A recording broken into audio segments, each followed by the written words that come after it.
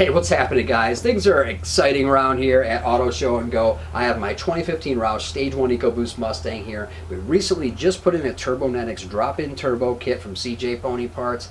We're starting the tuning process, and I'll get you guys some numbers as soon as we can get to the dyno, but so far it feels pretty good, even at low boost, just in testing, and yeah, I'm really excited. So during that process of replacing the turbo, I also did a few other upgrades or change-outs, and first thing was the NGK spark plugs. We replaced those with just another set, and then I also changed out the coil packs to the MSD Coilpacks. Get a little bit better spark, it's better acceleration. It's something that, again, goes towards the overall build of the car. You know, you can do it now, you can do it later. I chose to do it now. One thing I do have that you're not going to be able to buy at CJ's is this UPR catch can. It's the dual valve, driver's side. But everything else we're talking about here, the turbo kit, the spark plugs, and the coil packs can all be bought from CJ's. I'll put a link down in the description for you guys on that in case you're interested in going the same route.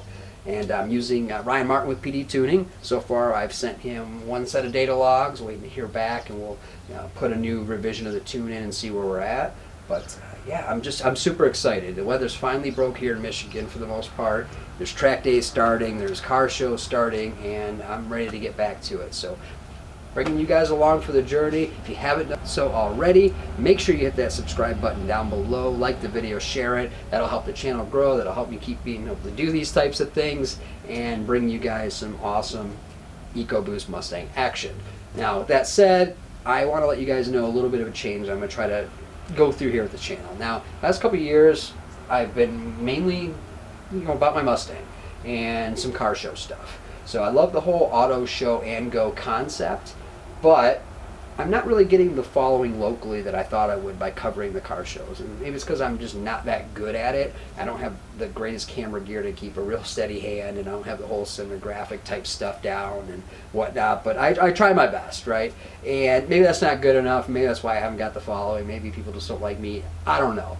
I'm going to kind of switch things up a little bit. I'll cover the shows a little bit as I'm going to them, but I'm going to kind of go back to a little bit more of a vlog style format for that, where yeah, I'm in the car arriving a show. I may show you a little bit of the show, me talking to some people, whatever, a couple burnouts at the end, and then kind of that be the end of the video, instead of it having to be me walking around showing you every car that's there and trying to get every exit that's there, because I don't want to leave anybody out, and I want everybody to be included. I want everyone to be like, oh, I saw my car in that video, and I just can't do that. It's not realistic. I've tried, and it isn't working out.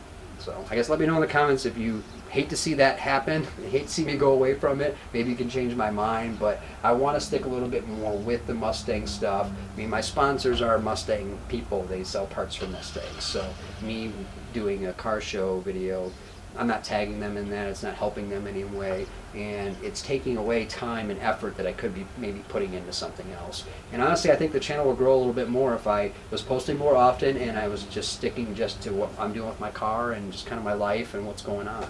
And yeah, I mean, I'm kind of a private person, but not that much that I can't be a little more active as far as the vlog videos and just going into what I'm really doing every day and that type of stuff. Install videos, I've filmed a lot of stuff from the recent installs that I've done, but I'm not a mechanic and I don't have instructions on how to install that turbo kit. So I had to figure a lot of this stuff out on my own, and filming a video and then trying to make instructions off of that is not the easiest thing. So I shot video of me doing it, and now I would have to go back and kind of put in arrows and kind of do a voiceover and talk about what I'm actually doing at each step of the process. That's something that's very time consuming, and it also then puts me in a spot where I am now the guy that showed somebody how to do something and I kind of held responsible. And I don't necessarily like that, because again, I don't necessarily know what I'm doing when it comes to that stuff. I may have bolted this thing on and it's working, but I fumbled my way through it for half of it until I, got to the point where I'd done it a couple times and it was a lot easier. I knew exactly where everything went. I had installed, removed, and then installed again. So let me tell you the story. But it's a little disappointing, but things happen, and I got the turbo through CJ Pony Parts, who gets it through CPE, Custom Performance Engineering, and they drop shipped it to me. I installed it, posted some pictures online. Luckily, my buddy Tim said, you know, hey Matt, I got that same turbo, but I found a bulletin saying that they're asking for them to be sent back. Well, it turns out mine was part of that same bulletin, so I contacted CPE, and they immediately sent my email over to Turbonetics, who reached out to me to start the RMA process. Now, it's disappointing to get a part that's bad, you know, from, you know, a factory like that, but it happens. You do hope that when the manufacturer tells their vendor, hey, there's an issue with these things, you need to send them back, that they actually do it and they don't send it to the customer. That didn't happen in this case. CPE didn't do that. Luckily for me, Turbonetics is a stand-up company, and they make a great part. You know, they made the error in the manufacturing, but they also identified it and sent out a bulletin. So in the end, they took this unit back, repaired it, and sent it back to me. I didn't have to do this, but they gave me overnight shipping there and back. So I really appreciate that, guys. Thank you very much. It's allowed me to get the car back together in a timeline that I was trying to achieve. So again, thank you very much for that.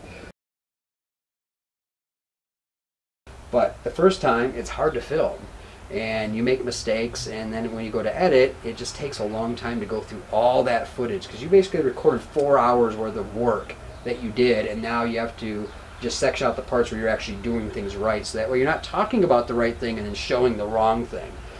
It's tough for a one-man crew. That's what it is. So don't know if I'm gonna do an install video for the turbo. It would be a long one, but I may. Talking to Turbonetics, they say they're actually in the process of making an install video for it. So it would probably be best if maybe I just let them do that and let them be the one source for support and all that stuff. Since it is their kit, they're the ones selling it, making money off it. I'm not getting anything out of it. You know, I'm gonna get a discount, you know, through CJ's to promote it and whatnot. But yeah, not enough that I want to be the main contact for all support issues when people are trying to install this themselves, because I guarantee there's going to be a lot of people that are going to try to do it themselves and have less skill than I have, less tools than I have, and they're going to probably struggle with it. Other people are going to breeze right through it and probably only take them a couple hours. So we'll see. But that's it for this video, guys. Again, subscribe if you haven't already. That way you can check out all the cool stuff that's going to happen this season with the RS1, all the track days, all the cool events, dyno time, that kind of stuff is going to be coming up as we get the tuning done. And yeah, I'm just excited. I want to make sure you guys are along for the ride. So see you next time. Take care.